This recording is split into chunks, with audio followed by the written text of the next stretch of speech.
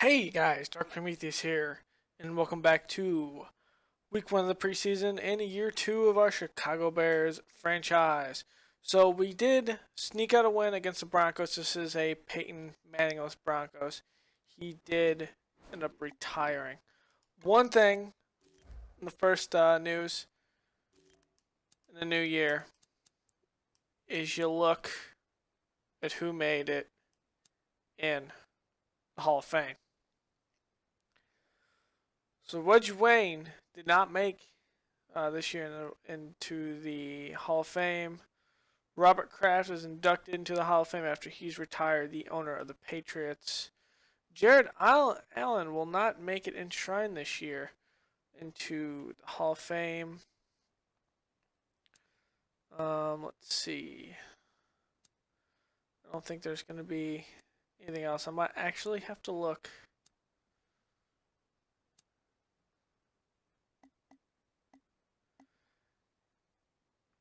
Peyton Manning gets into the Hall of Fame, looks like.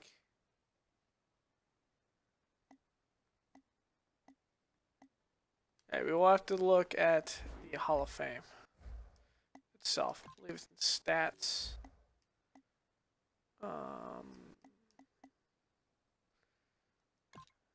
NFL record holders. No. That's coach. Career. I think it's in legacy. Hall of Fame.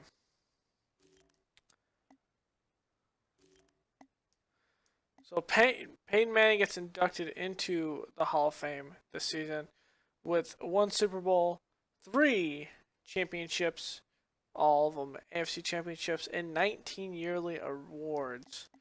Let's see if there's anyone else that we see. Steve Smith Sr. here makes it in with no Super Bowls. Most of his career was with the Panthers, 1 NFC championship, and 7 yearly awards. And that will be all of your Hall of Fame inductees this year. It will be Peyton Manning and Steve Smith Sr. Peyton Manning, we knew that was going to be a shoe-in in there. And so that is nothing new.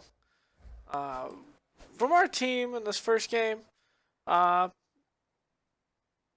from being out, not playing football for a little bit, struggled with a little bit of accuracy.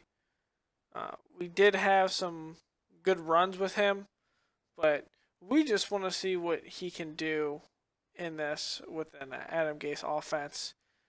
But we can still take him into one more game, I believe, as we go in to week 2. So like preseason is a little bit awkward when it comes to news weeks because you don't do any cuts until the following season. So what I might do is we know the Hall of Fame guys, and after that week 2 we have to cut 5 players. Wow, Langford got all that experience for that one game. Wow. We're gonna look at some of the things we play at Tennessee, at Detroit. We go to the Texans. We're also gonna look at our schedule for this season. Look at how difficult it is. Looks like this year we are playing the AFC South. We got one NFC East opponent. Right? Nope, we're playing the NFC East and the AFC East with one NFC West opponent and one let's see who we picked up. And one NFC South opponent. Our NFC South opponent is the Falcons, and our AFC West opponent is the 49ers. Otherwise, we're going to be heading off week 2 against the Lions. We'll see what they throw at us during the preseason. But we start out at Candlestick in Santa Clara against the 49ers. And this is going to be another battle between a Vic Fangio defense and his former team with Colin Kaepernick. A very new offense after Antoine Bolden retires. We go back at home to see the Lions. We travel down to Indy, just a good 400-mile trip down in Indiana to face Andrew Luck and the Indianapolis Colts. Then we go at home against the Packers, our first game against our big division rivals with Aaron Rodgers and company. We'll have to see what they do this year. Then you have 2 away games, Giants. Then we're going way down south in the heart of Texas at Houston to take on the Texans. J.J. Watt, Clowney, those guys are going to be a big monster to contend with. Then we come back home to face the Vikings. Then we go up north and play at the new Metrodome against the Minnesota Vikings before we head off on our bye week in week 9. I believe our bye week last week was a week 9. It might have been a week 8. Then we're at home against the Cowboys. So with Tony Romo, Cowboy team with Des Bryant. Not as good as they were when they had DeMarco Murray, but I mean, this isn't a team to really take lightly still. Then we go to Detroit to face our Week 11 opponent out there. That offense looks pretty stacked. Then we go back at home against the Falcons, followed by the Titans. Marcus Mariota in his sophomore year coming to Chicago. Then we face off against the Packers up in Lambeau. That's looking to be one of those cold weather games. One, going up there in a hostile territory and doing that is going to be a difficult game. Then we go to Philly, take on Sam Bradford, DeMarco Murray, and those guys over in Philadelphia. It's going to be a big game here. I feel this is going to be for all the bones right here. These last 4 games are going to decide a lot of NFC standings by the looks of it. Then we come home to Chicago and face Teddy Bridgewater. And then we stay at home for one more game against the Redskins. So, I mean, we don't have a very difficult schedule, but we have some teams that might come out and shock us. Some things I would like to look at. We didn't have any injuries. We're going up against, looks like the Titans. So we're going to look at their depth chart, because if we look at the roster, it may not reflect who exactly will be playing. Like who and where and stuff like that. I should have went the other way. Alright. Oops. It is. Yeah, it is the Titans. For some reason I thought about the Texans and I hit roster again.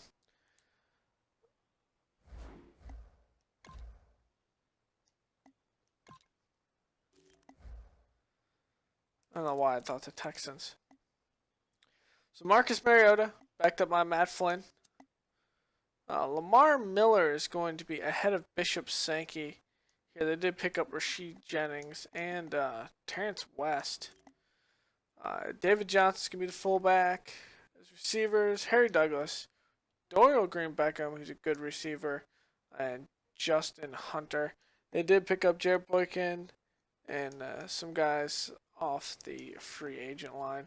Delaney Walker and Jermaine Gresham come over here. That's a good tight end tandem there. On the line, they're pretty solid, besides some of the guard positions in center. So it's really their core inside left and Ladarian Waddle are their weakness. So they mean their right guard and left tackle, so Mariota's blindside is decently protected off that tackle position.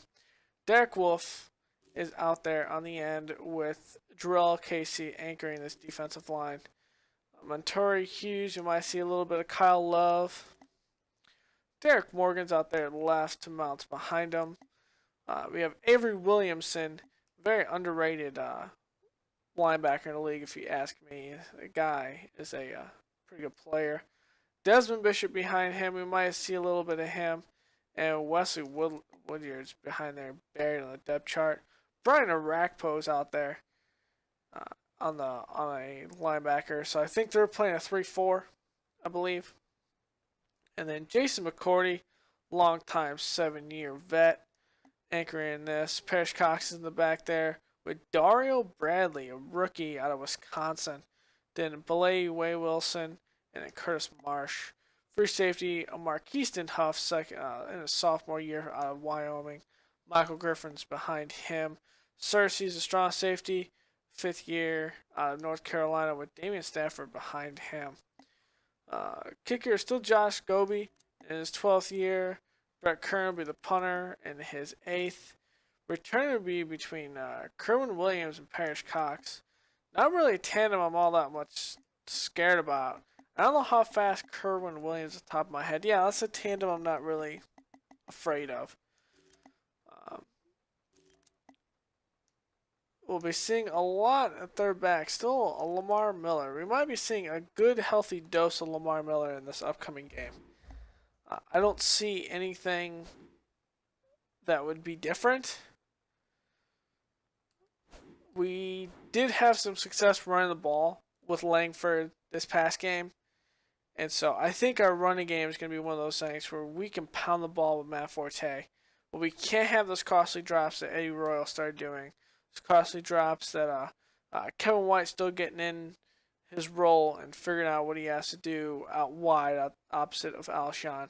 But he has to figure it out quickly and efficiently before Marquise Wilson comes up and starts playing there. And Kevin White gets up to speed. On the line, we didn't have really a lot of issues. We were moving around the pocket with Cutler.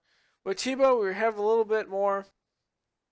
Mostly from those guys that are playing positions that are new to this offense. So Derek Sherrod, Hankins, Estes had a little bit of issue, but I cleaned it up towards the end of the game. And Jean-Pierre played solid in the middle. He's a good player that's going to be helping Horns Grisau come up. Khalil really anchored that right side, so I'm not sure why or how he gave up 30 sacks last year. I knew after that point and him being cut that it was going to be a player that was going to be someone that could at least upgrade our line. At defense, Adrian Amos snagging that over top of Virgil Green. He is going to keep on impressing day in, day out. He is definitely one of our core players, and he's a 6th-round pick at that. DeMarcus Ware came out there. Key Mares, I'm still looking at who should be in, who should be out. Kind of like who should I kick outside the actual linebacker position, and if I should kick Ware inside. I'm not really, after that first game, convinced either or that I need to switch it. But I'm not convinced this is the solution. So I'll have to see going forward. McClellan anchored that center pretty good in the middle with Christian Jones. Barrow had some good plays coming in the second half in the reserves. Timmy was out there for a couple plays, but we wanted to see what Moody can do this time. I think we're going to have a tandem of Timmy and Moody out there finishing out the game. Hubbard made a couple stops that were actually setting edges on runs that I was pretty happy with. So if we don't go with 4 middle linebackers, we might go with 3 middle linebackers and Adrian Hubbard. I mean, the guy can kick inside. We do have Cornelius Washington who can kick inside because of his speed to inside middle linebacker or inside linebacker to begin with. But Hubbard really put an edge out there that I really liked. On the line, Reyes didn't see a lot of looks in there, so we'll have to see what he can do. Same thing with Grimes. Grimes got some looks in the later half, got a sack on it, had some stops, some disruptions. So he looked pretty good. Eddie Goldman anchoring that center so the rest of the line can get through there. That was good. A lot of the 2 sacks we had that second half, Eddie Goldman helped pull the double team and sometimes even the triple team to let Ayers and Grimes get those sacks. On the outside, Fuller did pretty good out there. Gave up a couple passes to Demaryius Thomas, but not too bad. Tracy Porter out there. They didn't really throw a lot of his way. Fourth quarter Porter out there putting it on. Kirkpatrick, he didn't get really thrown out there. Terrence Mitchell, going to the second half. Owen Daniels had one good route ran on him that he did score that touchdown. But other than that, that was the only catch he gave up. Like, he was all over the place. And so he will definitely be looking at pulling in probably our 4th corner right now, possibly. Looks like actually he is pulling our 4th quarter. McManus, more of a slot guy, more of a 4 or 5th corner. Right now he's slated to be our 5th corner. Will Bentley had that interception. So did D'Angelo Hall. So we'll see what those guys can put in the slot and go from there. But Brian, making that stop. Sean Richardson, I think we got our little safety tandem right here. And Brian and Richardson. These guys look good out there. We could play like I want to. Brian's more of an edgy player. He'll start when we go in that dime packages. Richardson will be more in the back, making the plays. He has the awareness to come up and make some stops. Brian's good at playing up the box, making tackles. Good sound tackler. When it comes to special teams, Titarius Ingram, God, this guy's fast.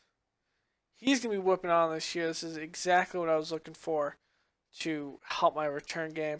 Doesn't necessarily mean Mariani is expendable right now, but he may be expendable, possibly. He does do well as a good receiver. So, it's one of those things that we may end up going with 3 running backs and actually 4 running backs and cutting down our receivers. Possibly cutting down our tight ends and some of our defensive guys. But that's going to be it for week 1. We'll have some more going to week 2 where we got to cut 5 players from our 75 or from our 70-man roster of the preseason. Coming off that win. It is still preseason, but we're starting to get on there. We're going to see what Tebow can do one more game before we make a decision. That is a good passing defense.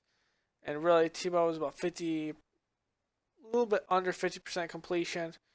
But everyone was around 50% besides Cutler, who was about 65-70 his completions.